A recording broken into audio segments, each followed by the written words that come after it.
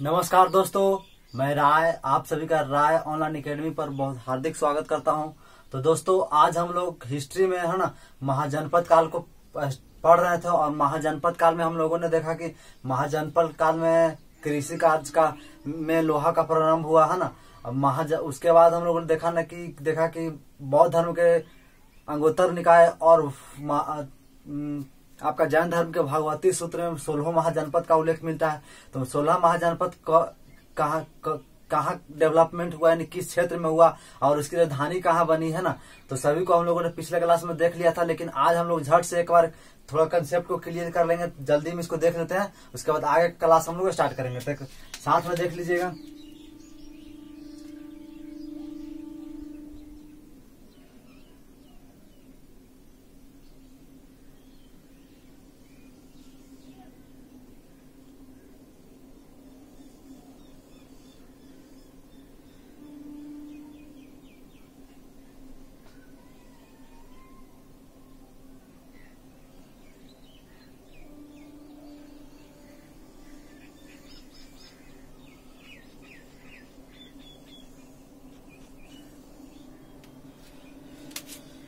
यहाँ से आपका ये गंगा नदी है ना। देखिए, आपका मानचित्र दिमाग में रहना चाहिए।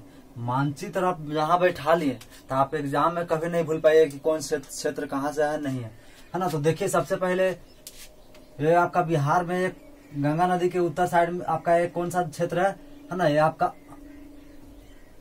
वज्जी। उसके बाद सीधा दक्षिण में आपका कौन दूर में मगध। उसके बाद गंगा नदी के संगम पर भागलपुर में कौन सा अंग है ना। उसके बाद देखें तो यहाँ कुछ दूर तक एक आपका है यूपी में आपका कौन सा क्षेत्र, यूपी में आपका क्षेत्र हो गया काशी। उसके बाद गंगा यमुना के संगम पर एक देखें तो उसका नाम है वत्स। उसके बाद आपका देखें यहाँ यमुना नदी के किनारे था आपका एक क्षेत्र है कौन सा, सूरसेन है ना, जिसके राजा कंस हुआ करता था। उसके बाद देखे तो आपका एक दिल्ली में आपका एक आता है कुरुक्षेत्र, कुरु। उसके बाद गंगा यमुना के बीचों बीच आपका एक पंचाल है ना। उसके बाद हम लोग देखें यूपी में आपका एक कौशल, अयोध्या के पास कौशल। उसके बाद मल महाजनपद मल है ना। उसके बाद हम लोग देखें एक आपका कहा तो एक आपका राजस्थान में कौन सा डेवलपमेंट हुआ, मत्स्य महाजनपद। उसके बाद देखे भारत से दो बाहर भी महाजनपद का उदय हुआ। एक था आपका कम्बोज और एक था आपका गंधार है ना। एक आपका कम्बोज और एक आपका गंधार। उसके बाद देखे यूपी मध्य प्रदेश में दो डेवलपमेंट हुआ। एक हुआ अवंती और एक हुआ आपका चेदी।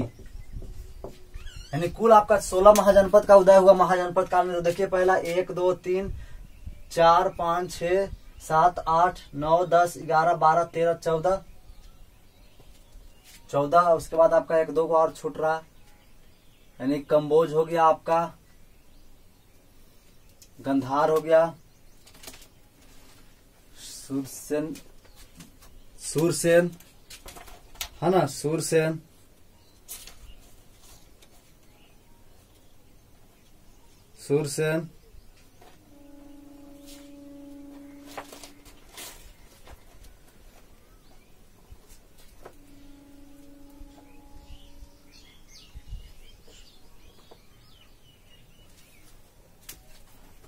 देखिए, पंचाल हो गया, कौशल हो गया, मल हो गया है ना। और एक दक्षिण भारत में आपका गोदावरी नदी किनारे निकलता है कौन सा, अस्मक, जिसका राजधानी कहाँ है, पटना। यानी कि देखिए, हम लोगों को एक अस्मक अब याद करने का प्रयास कीजिए। अस्मक का राजधानी है ना, अस्मक का राजधानी आपका कहाँ हो गया, अस्मक। बताइए, पिछले क्लास में हम लोगों ने पढ़ाया था अस्मक।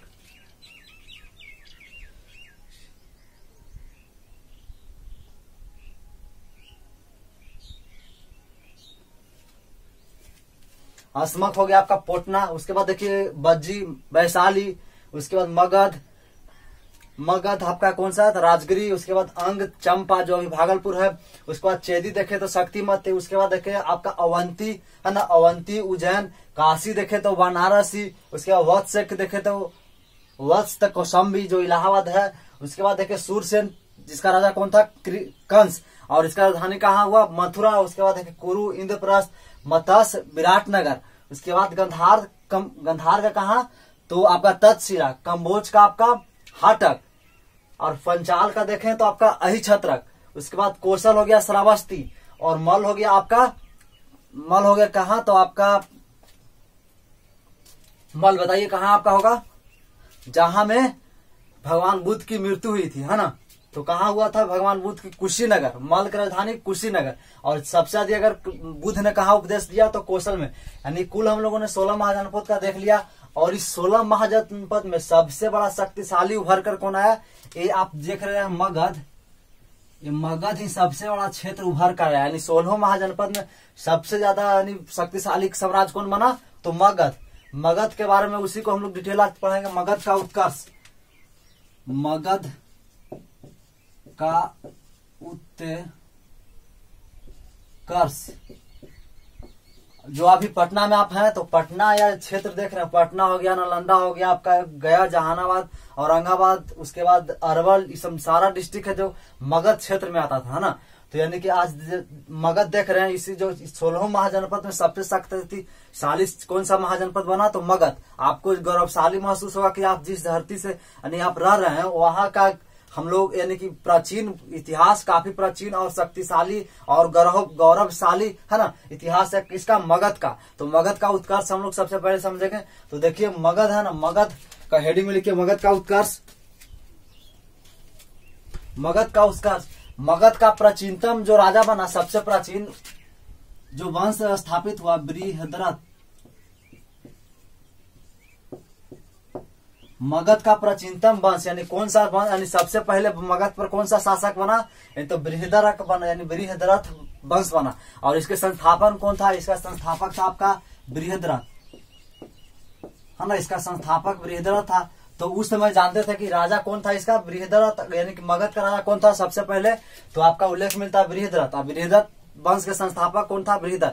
तो बृहद्रथ का काफी समय बीत गया तो एक शादी हुई। तो शादी होने के बाद आपका देखिए यहाँ से इंटरेस्टिंग कहानी आपका शुरू होता है। आप कहानी को समझ जाएंगे तो आपका ये प्राचीन आपका महाजनपद आपका क्लियर कंसेप्ट हो जाएगा, है ना। तो आप कहानी को अच्छे से समझने का प्रयास कीजिए। तो ये बृहद्रथ देख रहे हैं, बृहद्रथ की शादी हुई। तो बृहद्रथ के शादी होने के बाद कई वर्षों बीत गए, उसके बाद उसका है ना बाल बच्चा नहीं हुआ ना, उसके बाद संतान नहीं हुआ। तो संतान नहीं होने का हर कोई चाहता है कि हमारा वंश आगे बढ़े। तो इन्होंने शादी किया। तो शादी न होने के बाद भी न पहली पत्नी से यानी कि शादी नहीं वो किया तो कोई संतान नहीं हुआ। उसके बाद कई साल बाद बीत गए, उसके बाद ये आपका दूसरी शादी किया, है ना। दूसरी शादी कर लिया तो वो भी कुछ समय बीत गया लेकिन कोई संतान इसको नहीं हुआ। तो इन्हीं के क्षेत्र में एक मुनि के पास गया, है ना, ऋषि मुनि, जिसको आज भी जैसे दशरथ थे, दशरथ का संतान तीनों पत्नियां थी उनकी। तो तीनों पत्नियां से उनका संतान नहीं हो रहा था। तो एक ऋषि के पास गए और ऋषि से उन्होंने क्या क्या बोला, है ना, तो यज्ञ करवाए और एक प्रसाद के रूप में खीर निकला जिससे उनका 4 पुत्र का प्राप्ति हुआ। तो ठीक उसी प्रकार ये आप बृहद्रथ देख रहे हैं। तो बृहद्रथ यानी 2 शादियां की, शादी करने के बाद कोई संतान नहीं हुआ। तो एक अपने क्षेत्र के एक ऋषि के पास गया। तो ऋषि ने कुछ कुछ बातें कही, उसके बाद एक आम दिए, आम दिए और कहे कि ले जाओ और इसको अपने पत्नी को खिला देना, है ना। तो एक आम दे और एक आम, यानी कि इसका के पत्नी 2 पत्नी, बृहद्रथ का 2 पत्नी। और आम देकर लेके आ गए और तो अब घर आए तो इनको कंफ्यूजन हो गया कि आम एक ही है लेकिन खिलाना 2 पत्नी को है। किसी के साथ अन्याय तो नहीं कर सकते हैं। अगर एक को खिलाएंगे तो एक का संतान नहीं होगा और एक का खिलाएंगे तो एक से यानी रुस जाएंगे, है ना, दुखी हो जाएगी पत्नी। तो इन्होंने क्या सोचा कि इस आम को ही आधा आधा बांट दिया, समझे कंसेप्ट। यानी अच्छा से कहानी का स्टोरी को सुनिएगा। ये आम को ही 2 भागों में बांट दिया और दोनों पत्नियों को खिला दिया। यानी 1 साल या 2 साल के बाद जब उन्होंने के गर्भवती हुई, है ना, तो गर्भवती होने के बाद इनका पुत्र का संतान हो गया। देखिए जैसे आपका एक मनुष्य है, ये आप आदमी देख रहे हैं, इसको इस तरह से बनाते साफा अच्छा लगेगा आपको।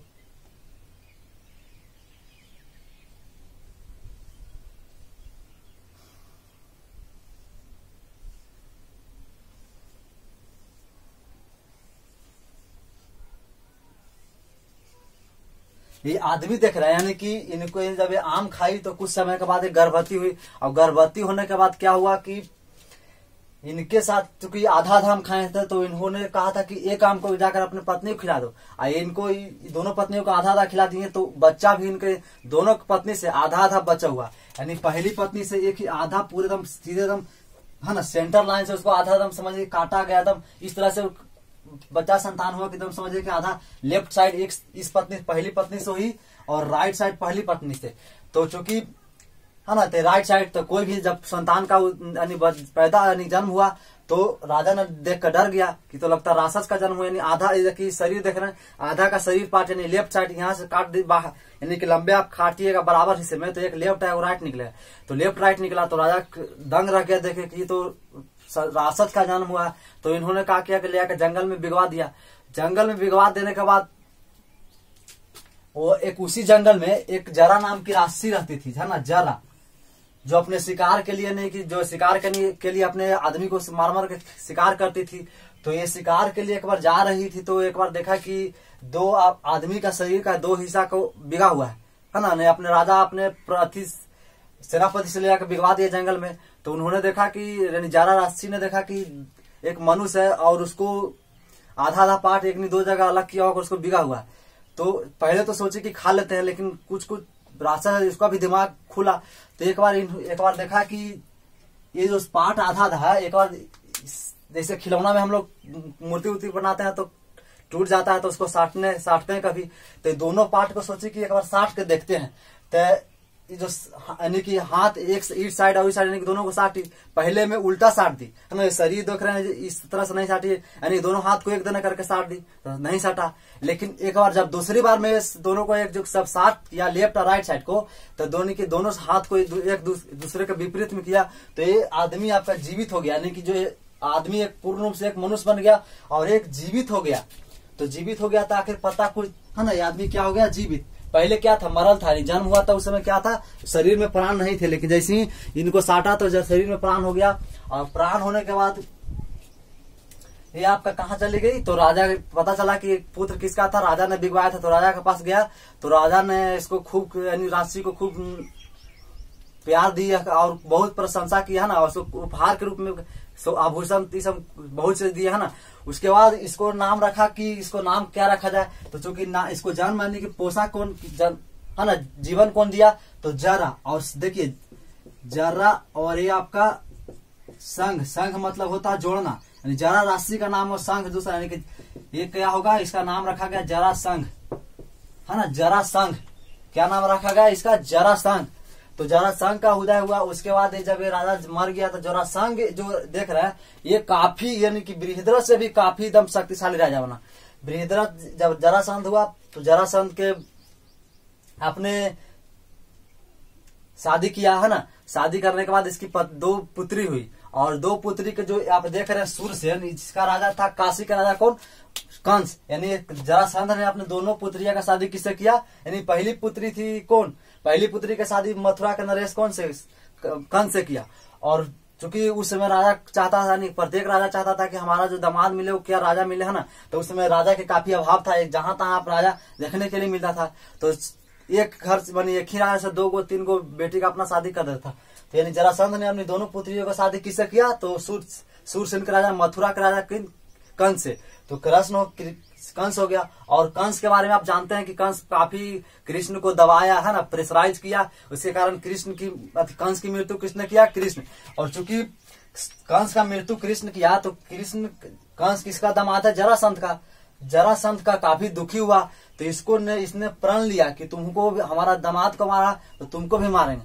तो ये चल दिया कहाँ, सारा सेना लेकर कहा कंस, कृष्ण कहाँ कर, है ना, ये चल दिया मगध से। देखिए मगध से चल दिया आपका कहा,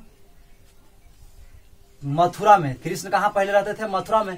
तो चल दिया कहा, मगध से लेकर सेनापति लेकर मथुरा में। तो कृष्ण जानता था पहले ही से कि जो ये आप देख रहे हैं जरासंध जब भी किसी से लड़ता था तो उसको कोई भी हाथ कट गया अपने आप जुड़ जाता था, है ना। प्रत्येक राजा से यानी कि काफी एक शक्तिशाली राजा बन चुका था, क्योंकि इसका शरीर काटने के बाद ये तुरंत अपने आप ये जुड़ जाता था। जैसे आपने हाथ कट गया उसके बाद ये हाथ तुरंत जुड़ जाता था, जैसे खाली केवल, है ना। तो जितने भी अंग शरीर के अंग थे, जब कोई पाथी आपका काटे है ना, दूसरा राजा शासक उसको हाथ काटे या पैर काटे, मुंह काटे, सब तुरंत जैसे रावण का जुट जाता था उसी प्रकार इसका जुट जाता था। ये काफी शक्तिशाली हो गया, इसको कोई मारने के लिए जान नहीं सकता था कि कैसे मरेगा। तो काफी राजाओं को मारकर शासक यानी शक्तिशाली रूप ले लिया धारण। तो कृष्ण भी जान रहे थे कि बड़ा जरासंध है जो काफी प्रभावशाली राजा है ना, शक्तिशाली राजा है। तो उन्हें जैसे ही जरासंध ने कहा मथुरा पर चढ़ाई किया तो कृष्ण भाग गए डर से। एक बार भागे फिर लौट कर आ गया, चूंकि काफी दूर है ना मगध और आपका सूरसेन यानी मथुरा। तो एक जरासंध फिर लौट के आ गया अपना मगध क्षेत्र में। और मगध में आपका देख रहे हैं एक कृष्ण बार यानी कि एक बार हुआ, फिर एक और दो बार बार अटैक कृष्ण पर किसने किया, तो यह जरासंध। तो जरासंध जब अटैक किया तो कृष्ण ने सोचा कि यहाँ रहना हमारा सुरक्षित नहीं है, तो गुजरात में आ गया है ना। गुजरात में आपका आके बस गया। कहाँ आपका कृष्ण आके बस गया, गुजरात। कृष्ण आकर कहां से डर के मारे यानी डर से कृष्ण ने कहा आके बस गया,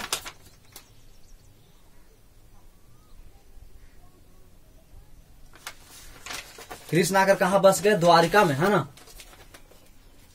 एक गुजरात का एक क्षेत्र है द्वारिका। कृष्ण आकर कहा बस गए, द्वारिका में। तो द्वारिका में उसके बाद कई वर्ष बीत गया तो कई राजाओं को मार दिया। तो एक बार जरासंध प्रतिज्ञा ले रहा है कि हम है ना 101 राजा को मारकर हम चक्रवर्ती राजा बनेंगे, यानी 101 राजा का बलि देकर। काफी बड़ा है, देखो यहाँ कंसेप्ट क्लियर होगा। 101 राजा को मारकर है ना बलि देकर एक ही दिन 101 राजा का बलि देकर एक चक्रवर्ती राजा बनने का सपना देख रहा है। तो है ना, तो कई राजाओं का कि धीरे धीरे कर जब तक 101 राजा का हो जाएगा तब ये बलि देगा। लेकिन कई छोटे इसके आसपास जो भी राजा थे सभी को लाकर पकड़कर अपने कारावास में जेल में बंद कर दिया। तो कृष्ण हम देखिए द्वारिका में कृष्ण ने सलाह दे रहे हैं अर्जुन और युधिष्ठिर को कि तुम चक्रवर्ती राजा बनो।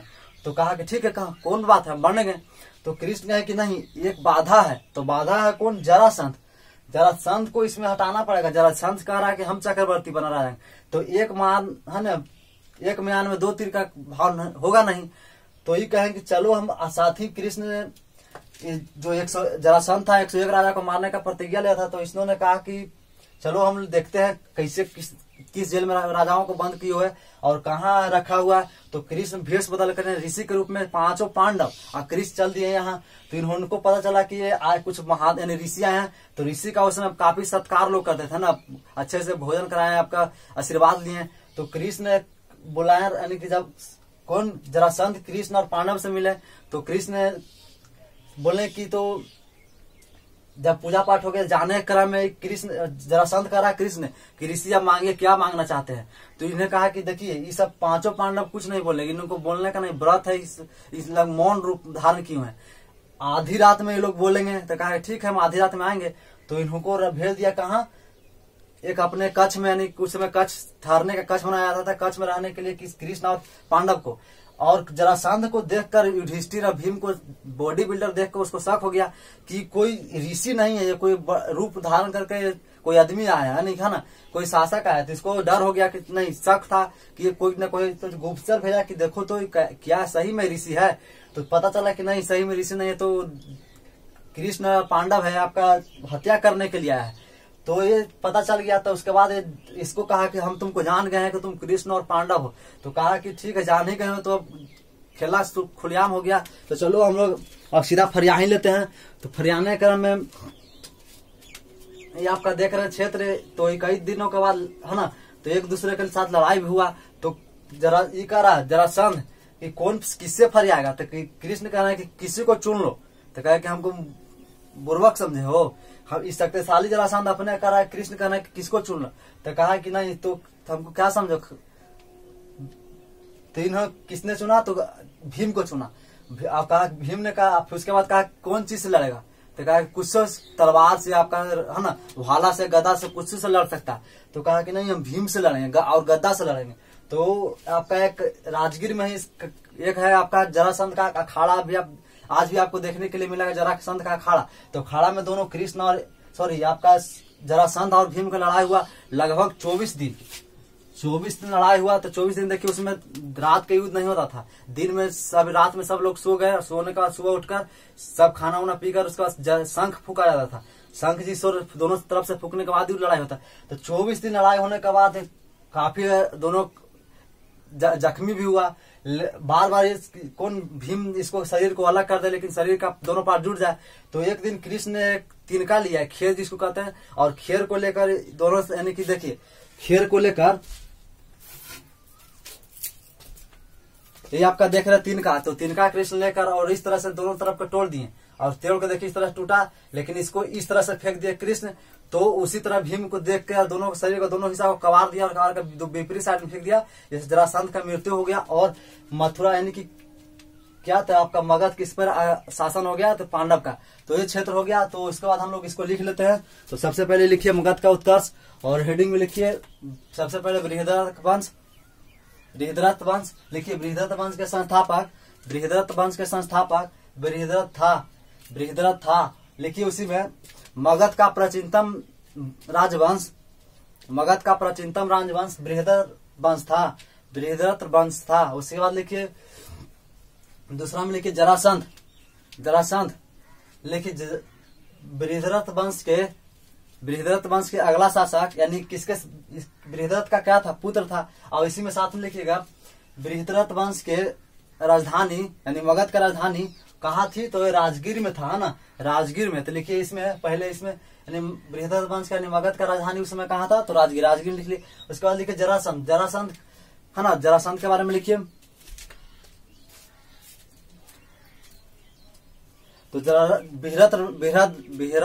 बृहद्रथ वंश के सबसे प्रतापी राजा कौन, यानी शक्तिशाली राजा कौन बना, जरासंध। तो लिखिए जरासंध बृहद्रथ वंश का सबसे प्रतापी राजा था, और इन्होंने दोनों पुत्रियों का शादी मथुरा के राजा कृष्ण से किया, मथुरा के राजा कृष्ण से किया।